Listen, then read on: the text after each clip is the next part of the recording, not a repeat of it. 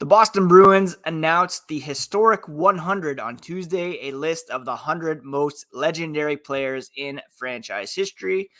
And there was one guy in particular who I was really hoping to be on the list. We're going to talk about him, reveal my Centennial team, and also just take a look at who is on the list here on today's episode of Locked On Boston Bruins. You're Locked On Bruins, your daily podcast on the Boston Bruins. Part of the Locked On Podcast Network, your team every day.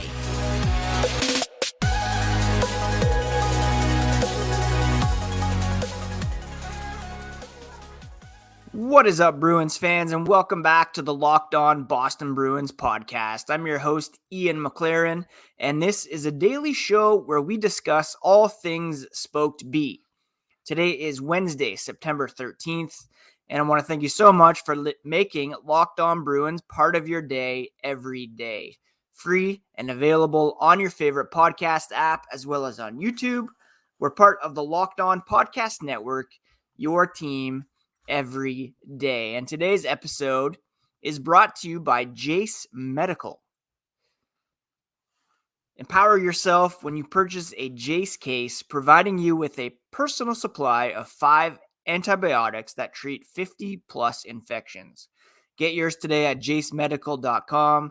That's JASE medical.com.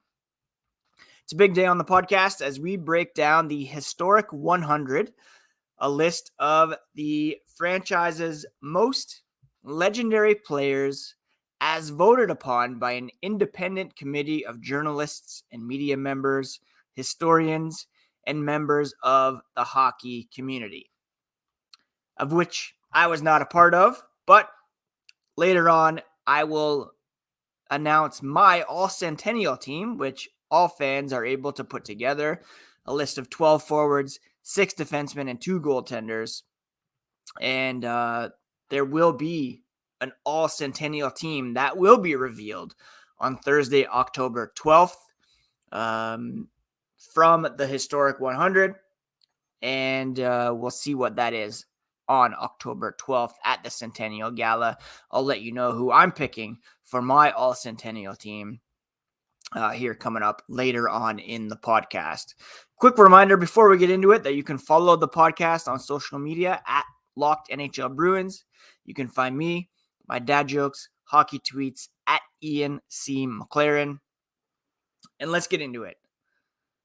There was one name that was not on the historic 100 that I believe should have been there, and it is Joe Juneau. Now, you know how people say you always are a fan of what you loved in middle school or high school? Well, this is certainly the case for me with Joe Juneau because he was a guy that I just could not get enough of in his admittedly brief time as a member of the Boston Bruins. And I'm sure that played a role in why he was not put on the list. But still, during his brief time with the Bruins, he was unbelievable.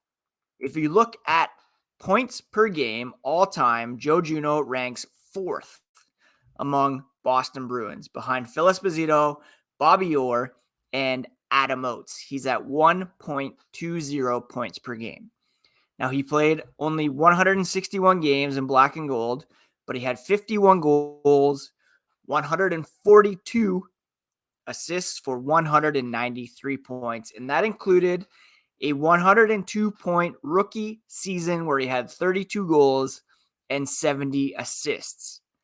That 70 assists was an NHL record for assists by a left winger in the NHL.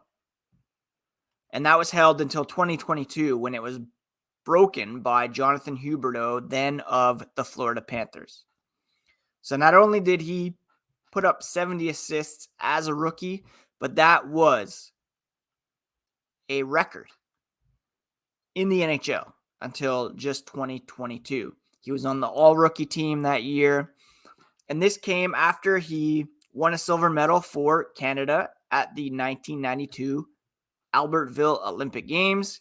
He joined the team that season, put up, 19 points in 14 games that regular season, followed it up with the 102-point season in 92-93, and then he had 72 points in 63 games for the Bruins to begin 93-94 before he was traded to the Washington Capitals in exchange for Al Iafrate. As a member of the Capitals, he helped the team reach the 1998 Stanley Cup final. He, I don't think, had a big fan in Harry Sinden, who was general manager at the time. Iafrate, unfortunately, only played like 12 games for the Bruins because he was injured and missed the following 2 seasons. So really ill-advised deal there. And Joe Juneau, during his brief time with the Boston Bruins, I mean, just based on his rookie season alone, he's one of only 11 Bruins to ever record 100 points in a single season. And for that alone, I think he should have been on the list. It was a legendary start to his career. Posted that NHL record, and I think he belongs on the list. He is always a guy that I loved in Boston. He and Adam Oates were unreal together on that top line, and it's a shame that he did not have a longer stint with the Boston Bruins. We can blame Harry Sinden and management for that.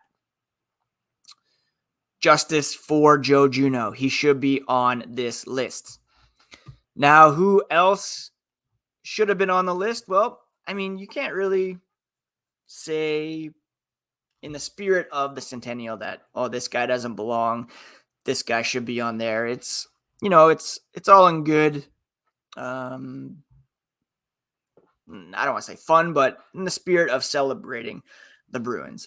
So let's say that right there. Now, some guys who I think should have been on, Joe Juneau, certainly. Again, ranks 4th in Bruins history in points per game, 18 points in 19 playoff games as a Bruin. His peak, even in the short time, was pretty legendary. There were a bunch of guys, or several guys from the 2011 team who made the list. Sean Thornton, Dennis Seidenberg, among them. You can make a case for Michael Ryder. He was 3rd on the team in goals, 4th on the team in points during the 2011 run to the Cup. Scored the overtime winner in Game 4 of the first round in Montreal when the Bruins were down in that series, having lost 2 games on the road to begin that series. He made a legendary glove save in Game 5 of that series. And without either of those 2 plays, the Bruins could have been eliminated in round 1 back in 2011. He also had 13 points in 11 2009 playoff games, tied for the team lead. You could make an argument for Tyler Seguin to be on that list. Ryder had big games early in the playoffs. Seguin, 4 points in the second period as a 19-year-old rookie in that game against the Tampa Bay Lightning in the conference finals. Patrice Bergeron was out. Seguin stepped in. Legendary performance there. Could easily include him on the team. Another guy who maybe deserved a bit of love was Linus Ullmark. Only been with the Bruins for a short time, but tied the franchise record for wins, save percentage in a single season, winning the Vezina. Second goalie in the last 30 years to win the Triple Crown, leading the NHL in wins, save percentage, and goals against average. Seems pretty legendary to me. So those are a few guys that jumped out to me. Again, biggest omission for me was Joe Juneau. He was a guy that I loved watching as a kid, followed his career post-Boston. Really wish he had stayed longer. But those few guys jumped out to me. Prior to, the 90s, I'm not very well versed in Bruins history. In fact, looking at this list helped me to become more acquainted with some players and just doing some research. But Juneau, maybe Ryder, Ullmark, guys that really jumped out as perhaps some legendary. You could even throw Gregory Campbell in there for that penalty kill on the broken leg. Anyways, coming up after the break, I'm going to reveal my Centennial team, as well as take a look at the list in general and talk about some guys who made it, some pleasant surprises on the list, some guys that I was not as familiar with. And we'll discuss my Centennial team here coming up after. Everyone should be empowered to care for themselves and their loved ones during the unexpected. That's why Jace Medical offers the Jace Case. The Jace Case provides 5 life-saving antibiotics for emergency use and gives you a peace of mind so that you are not just hoping that you have access to medication in an emergency. Jace Medical makes sure you have the medication on hand. Jace Medical is simple. They handle everything from the online evaluation to licensed pharmacy medication delivery and ongoing consultation and care. Do not get caught unprepared. Save more than $360 by getting these life-saving antibiotics with Jace Medical, plus an additional $20 off by using code LOCKEDON at checkout at jacemedical.com. That's JASE medical.com using promo code LOCKEDON. Thank you so much once again for making Locked On Boston Bruins part of your day every single day.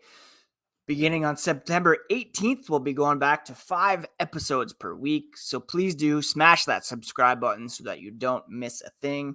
On Friday's episode, we'll be previewing the Prospects Challenge coming up in Buffalo and looking at some guys that you want to keep an eye on during that tournament. All right, let's turn our attention now to my All-Centennial team. So from this list of the Historic 100, the Independent Selection Committee, which was appointed by the Bruins in June, will determine the final 20 players, 12 forwards, 6 defensemen, 2 goaltenders that will comprise the All-Centennial team presented by Rapid 7. Now, fans have the opportunity to select their own individual All-Centennial teams, and that's exactly what I did yesterday. And here, let me show you who I went with as I picked my Centennial team. Now, let's share my screen here. All-Centennial team. And there you have it. My All-Centennial team. Now, it was a bit difficult choosing only 2 goalies. You have Tim Thomas, who, of course, won a cup, Vezina, Conn Smythe. But I went with Tuukka Rask because of his all-time wins record for the Boston Bruins, being up there in terms of save percentage. He won a Vezina, Jennings Trophy, 2 times All-Star, and he should have won a cup in 2015, certainly 2019. He would have been the Conn Smythe Trophy winner there. I went with Frank Brimzik for my second selection, Hall of Famer, 2-time Cup winner, 38-39 Calder Trophy, 2-time Vezina winner, 8-time All-Star. Again, could have easily gone with Thomas over Rask, but Rask had a longer career, a lot of playoff success, all-time wins leader by quite a margin, so I went with him. Pretty easy on the defensive side of things. You have Orr, Bobby Orr, Dit Clapper, Eddie Shore, Ray Bourque, Zdeno Chara, and Lionel Hitchman. All of these guys are, Bruins legends. And Hitchman, Shore, Clapper, Orr, Bourque, all have their numbers retired, and Zdeno Chara soon will be up there as well. So it's already pretty much done for you there in terms of defense. 5 of the guys in the rafters with Zdeno Chara soon to come. Let me zoom in here so you can see a bit better. What? I'm zooming in. Why is it zooming out? In terms of forwards, it gets a bit trickier. Again, there's a bunch of guys who have their numbers retired, so they're automatically up there. Phil Esposito, Cam Neely, Johnny Busick, Milt Schmidt, Rick Middleton.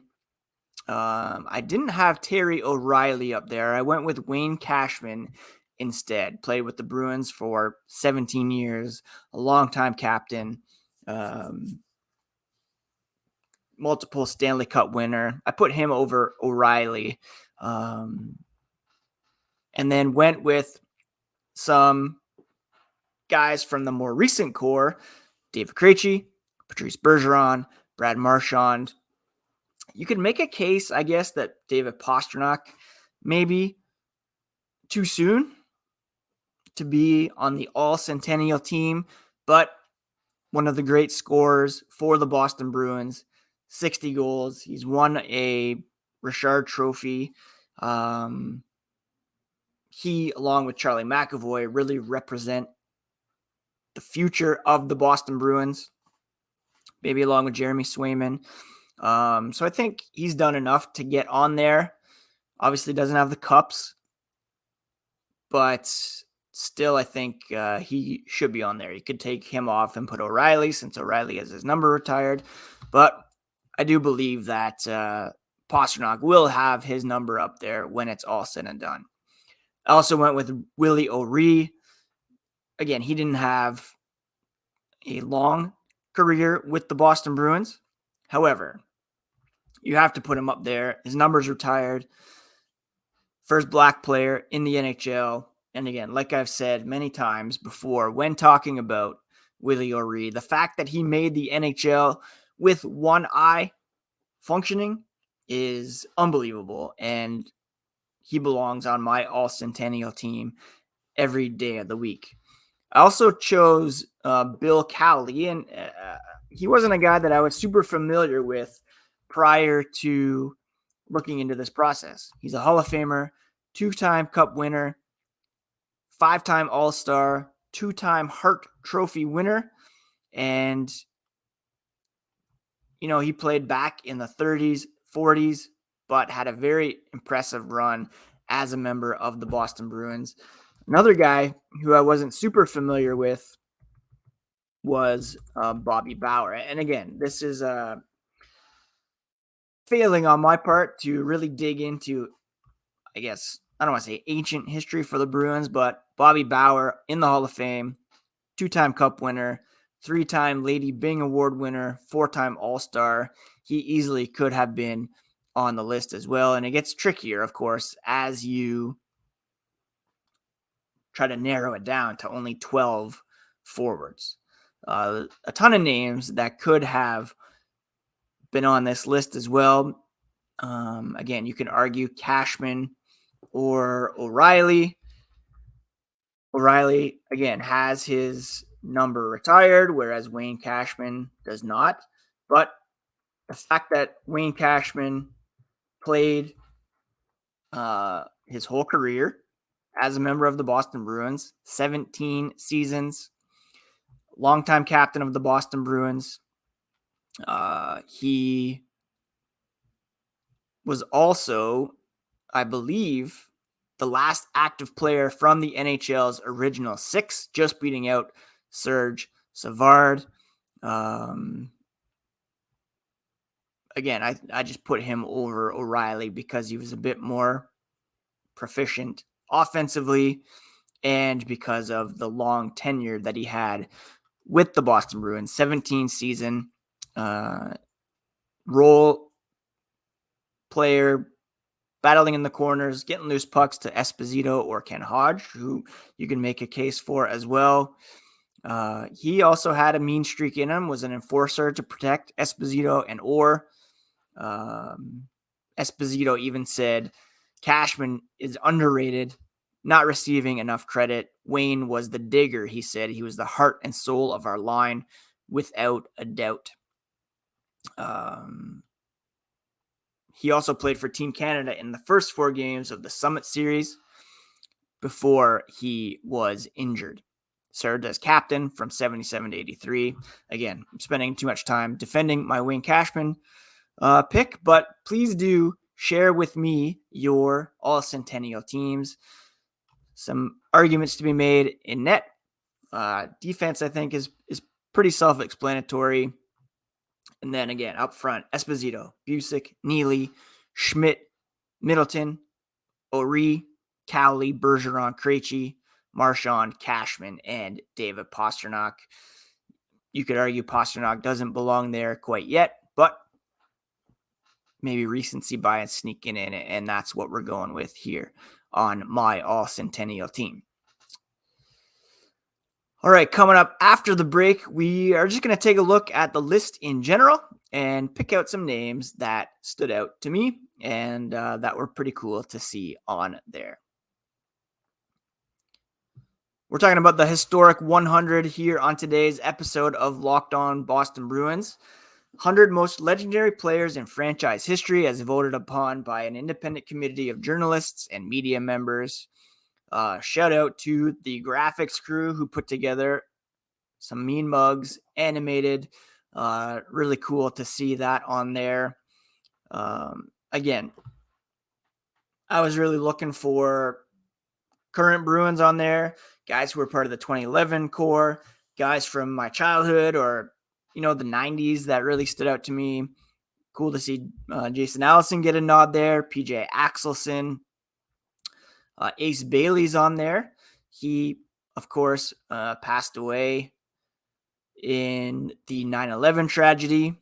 Johnny Boychuk made it on there as a member of the 2011 team, as did Dennis Seidenberg.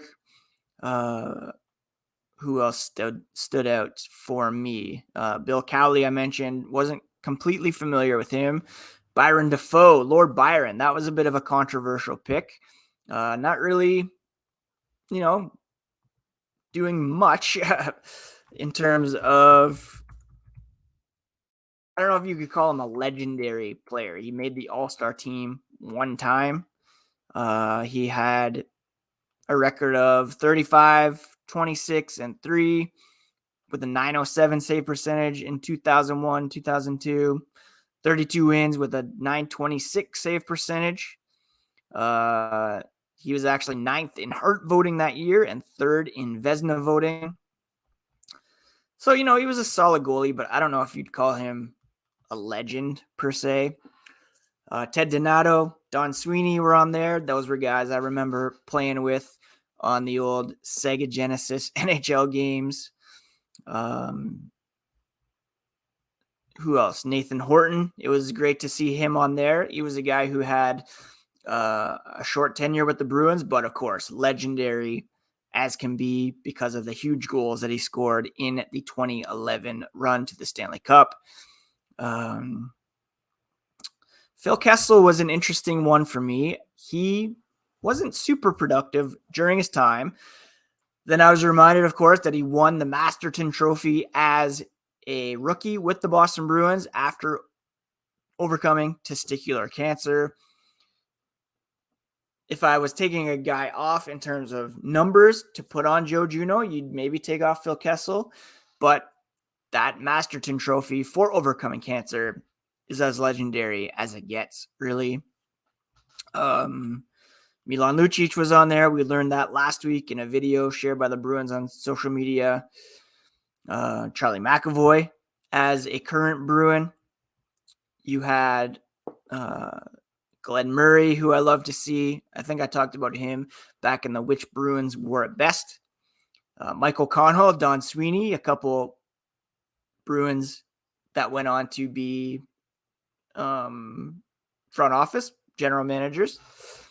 You have Adam Oates, who was an amazing Bruin, Craig Janney, who I both loved. These guys from the 90s team that I always lament weren't able to win a cup.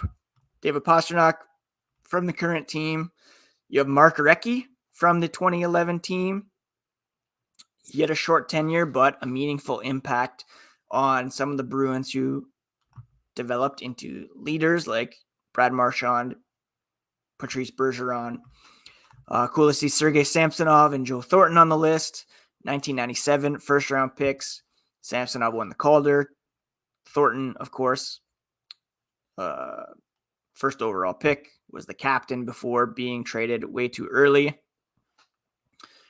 Glenn Wesley is on there. Dennis Seidenberg from the 2011 team. As is Sean Thornton, one-time guest of the on Locked On Boston Bruins. Two of these guys on this list have been on the podcast before. Search up those episodes if you missed them. And what was the one name that I wanted to pick out? Mark Savard as well. And he tweeted yesterday. He's, of course, a coach now at the Calgary Flames. He said it was an honor to be on the list. And he has a soft spot for Boston. His exact words were, what an honor. Top 100 NHL Bruins of all time. FYI, I miss everything about Boston and everyone in Boston.